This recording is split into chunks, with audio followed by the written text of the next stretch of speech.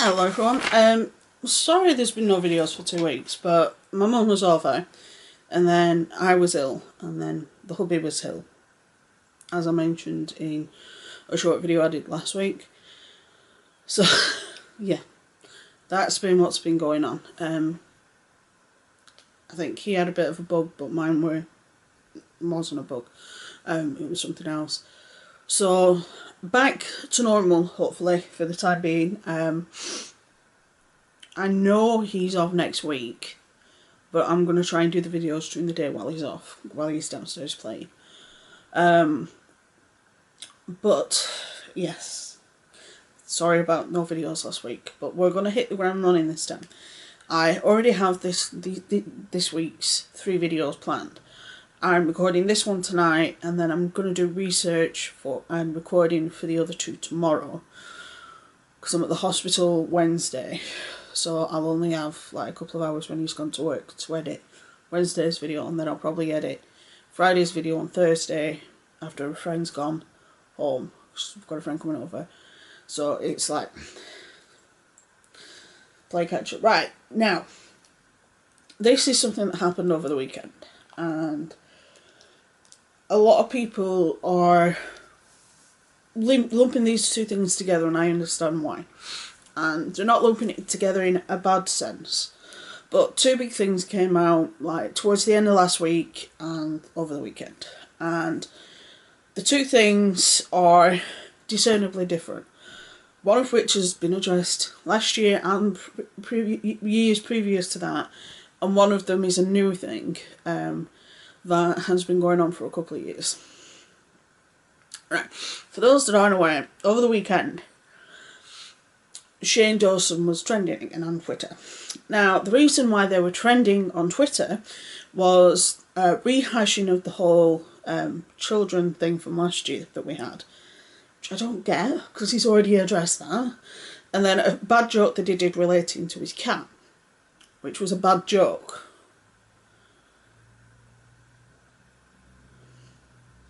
Which is something he's addressed 1,000 times before, and he'll probably address another 1,000 times again. But at the end of the day, he's addressed these issues. He said, I used to say shocking things. I used to say skit ideas that I had as reality when they weren't reality. I used to do that because I thought that was the only way I could get followers. I did that because that was the only way I thought that was the only way I'd get people to notice me. But now I'm myself, you know, I behave as myself, and, you know, I do and say what is me, not what I think is going to get me a following. So a lot of people are like, Shane Dawson's cancelled. It's like, no, he's addressed this already. He's linked the video with relation to the whole child thing. He linked that video to the video he did before. So he did that, and then the other thing he went, poor lad, he went on a Twitter rampage where we're basically saying, I've addressed these issues before, this is why they came about, it was categorically untrue, I would never have done that to my cat, I would never have gone anywhere near my cat with that part of my body, ever. A lot of people, one person in particular is like, yeah, but really, have you though? And he's like, he did a very distasteful tweet, and I actually replied to him. Something like, it was like a comment, I think. If I can find it, I'll pop it in. And then it said, would you leave your cat with Shane Dawson? And I tweeted him back and said, if I had one, hell yeah. There isn't an issue as far as I'm concerned. As far as I'm concerned, the guy made a bad joke in the past. How many has Greg made? And how many times has he said something he later regrets? Like, oh, I don't know, misgendering his partner for one. He misgendered Lainey for months. But yet he's supposed to be given a pass for that. But Shane Dawson says a stupid story that's meant to shock people, and we're telling the wrong word to him. I think Greg's a bit jealous. So everybody's attacking Shane, but the bigger problem in this is there is another guy who's situation is essentially being ignored because everybody's attention is on Shay. Now, for those that aren't aware, towards the end of last week, Romeo Lacosta, a very famous American tattoo artist that's tattooed artists, celebrities, YouTubers and the like, has been outed for inappropriate conversations, inappropriate DMs with people of underage, and also while he was 19 he was in a relationship with somebody who was 14, which is a 5-year age gap. Now if that was in the 20s, say one was 24 and one was 29, I wouldn't have an issue, but one's 14 and one's 19, that's an issue. Even with Romeo and Juliet laws, that's out of the purview because that's a 3-year age gap.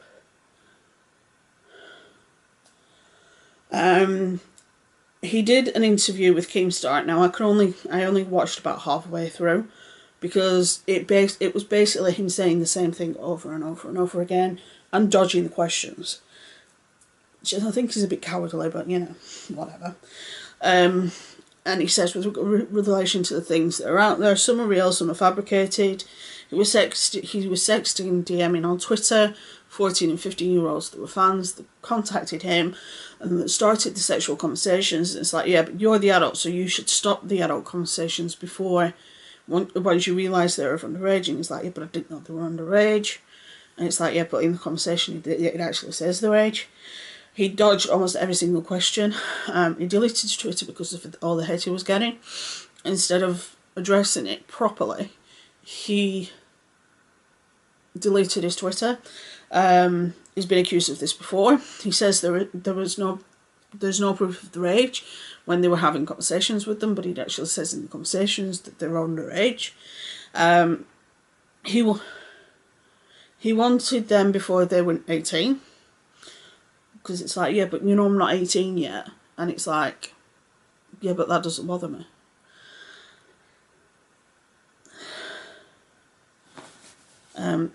Girls were throwing themselves at him because celebrity was involved with lots of celebrities. So he became a celebrity by association, so to speak. And he fell into something that a lot of celebrities fall into, where people are throwing themselves at you, so you're like, oh, it's a buffet, when in actual fact you need to think, how old are you? And instead of just saying, if they say, oh, I'm 18, don't just say that, oh, I'm 18. And if they're not of age in the state that you're in, or the country that you're in, then don't go anywhere near it. That's my personal opinion. Says he's against creepiness and pedophilia, but yet he was having sex conversations with people that were 14 and 15 when he was in his mid-20s. Selected 2 girls that would approach him to essentially manage his online fan group, and then he would talk to them, and it was them 2 that got the majority of the text conversations. And he said that they both said that they were not far from 18, but there's no proof of him saying that, because he said there was proof, but I deleted it. So I don't believe that for a kick-off. He said the conversations that are out there with relation to him are photoshopped, that there's bits that have been taken out and they've been rearranged to make him look worse. It's like, well, even if you rearrange a conversation, if it's between you and somebody that's underage, and they say that they're a certain age, and you're still continuing to talk to them in a sexual manner, that is still a bad thing to do. Who was it that did all this sort of stuff that was a YouTuber? Austin Jones, and what's happened to him? Oh, isn't he waiting to be sentenced?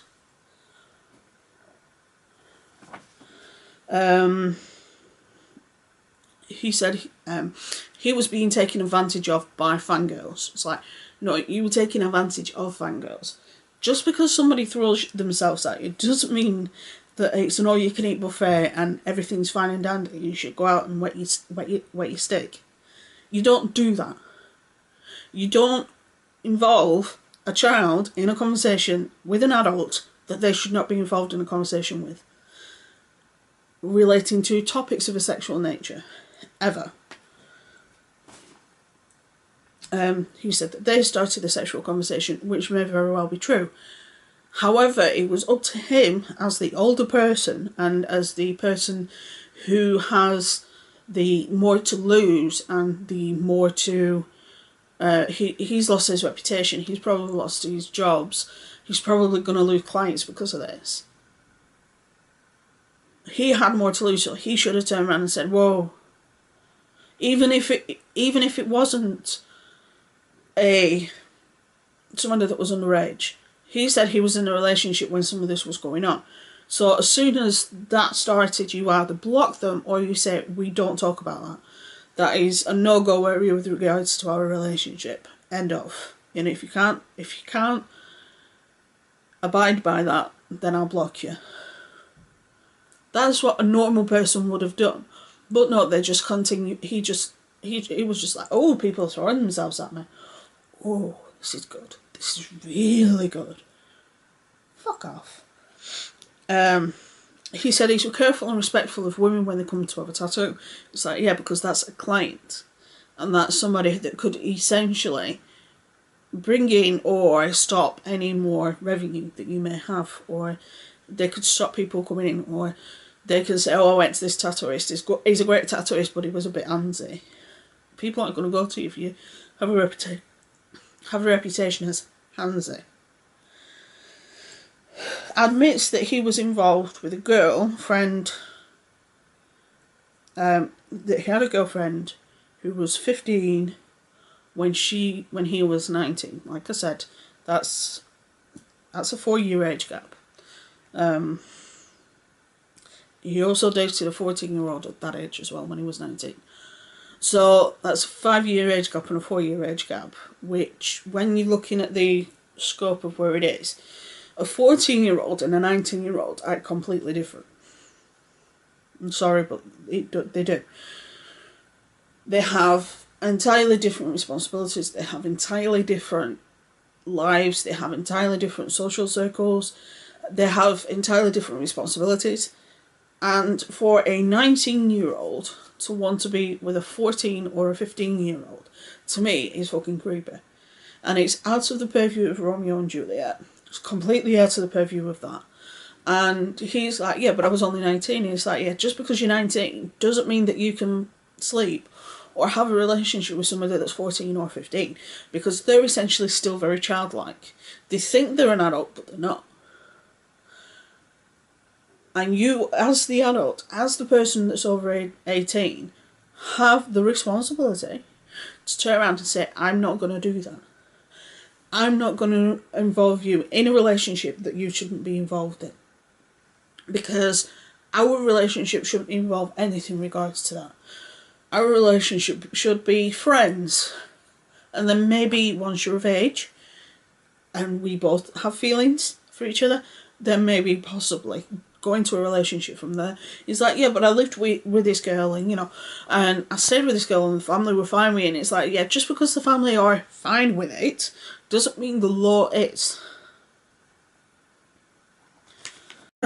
Ever. He just said that there were some conversations that were inappropriate, that were for people that weren't 18 yet. And it's like, so basically you're saying that the claims are correct, but then you're saying that they're false, that it wasn't your fault, that they tricked you and that they made you do what you did. And it's like, nobody makes anybody do anything. Did they have a gun to your head? No. He was the adult in the situation and should have handled it properly and should not have returned any sexualised conversation whatsoever. Pretty self-explanatory.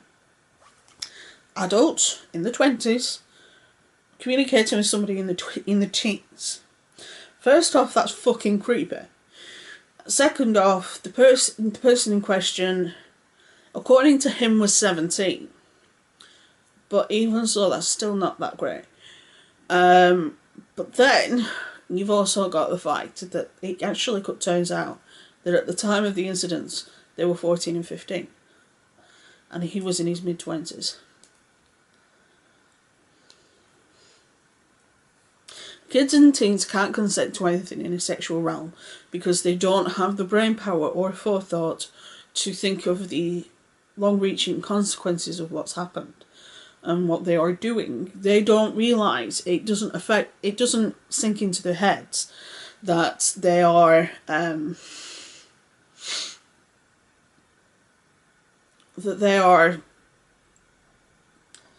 what they are doing and what they are saying could have long-reaching consequences, not just for them but for the person that they're talking to. Because the thing is, if you sext a teen, first of all, it's a bad idea. But also, in some places, and depending on the actual content of the information and words and photos that are being shown, are actually a criminal act. Which is where Austin Jones came a cropper, because he didn't realise what he was doing was illegal and that he was essentially creating child pornography. No, it's not come out that this guy has, that it was just conversations, but even if it's just conversations, it's still a bad fucking idea. Admits that the DMs that they are underage. He admits that in the DMs they said that they're underage. He says that they said they were not long off turning 18. But in the information that's out there, they've said that they were 14, 15. But he's deleted those, even though that's proof. If you believe him, which I don't, but if you were to believe him, that would be proof that they were saying they were 17. So he's deleted the proof that they were saying they were 17. So he doesn't have the proof that would prove his case. And he said the reason why he deleted the conversations were because of his partner. It's like, yeah, so even if you take out the age, which is a pretty big factor, but just bear with me, is it? Even if you just take out the age, right? And you look at, say, the fact that he was in a relationship and he was DMing other people. Now, I'm not the person that would get creeped out by my husband DMing a porn star or anything like that. It doesn't bother me. Because it's my bed he sleeps in. So, you know. But at the end of the day, if he deleted the conversations, he deleted them probably because he knew he was in the wrong. And probably because he knew what he was doing was illegal. That's the end of it. And I stopped watching because Keem started asking him a question, and then he just blabber on for about 5 minutes about sort of walking around the subject but never actually fully addressing the subject. So, because multiple times Keem said, so that conversations are fake, and he said, well, they are and they're not. They've been photoshopped, they've been rearranged to make it look worse, and it's like, really? It's like, oh, fuck off, Greg. It's like, oh, fuck off. At the end of the day, people are leaving Romeo alone, but they are vilifying Shane. When Shane hasn't done anything wrong, there is nothing that proves that that story is correct. There is nothing that proves that that story ever truly happened. Because when the conversation took place, he didn't even have a cat. So, there's no proof that that ever took place. There is no proof that he ever wanted that to take place. And then for people to say, oh yeah, but, you know, he does have a habit of saying things that he shouldn't be doing, and it's like, yes, he's done offensive jokes in the past, and he's apologised multiple times for that. Yes, he's done things in the past that are questionable, but again, he's apologised for that. He's made amends for everything he's done. He's made amends for the racist jokes, the children jokes, the animal jokes. He's made amends for all of that. And then for people to just constantly rehash this, it's fucking ridiculous. But yeah, the guy that's been basically accused of sexting 14 and 15-year-olds when he's in his 20s, he's barely being spoken about. and it's not often, but I will link the interview up in the iCard. And it's not common I will watch a Keemstar video and actually say he did a good job, but in this instance he did. And it's just a case of, why are people concentrating on Shane for something he's already apologised for, and not pay attention to this other guy that's done things with kids that he shouldn't have done? Anyway, stay safe, be good, have fun. I'm going to go and calm down and then edit this. And I will see you on Wednesday.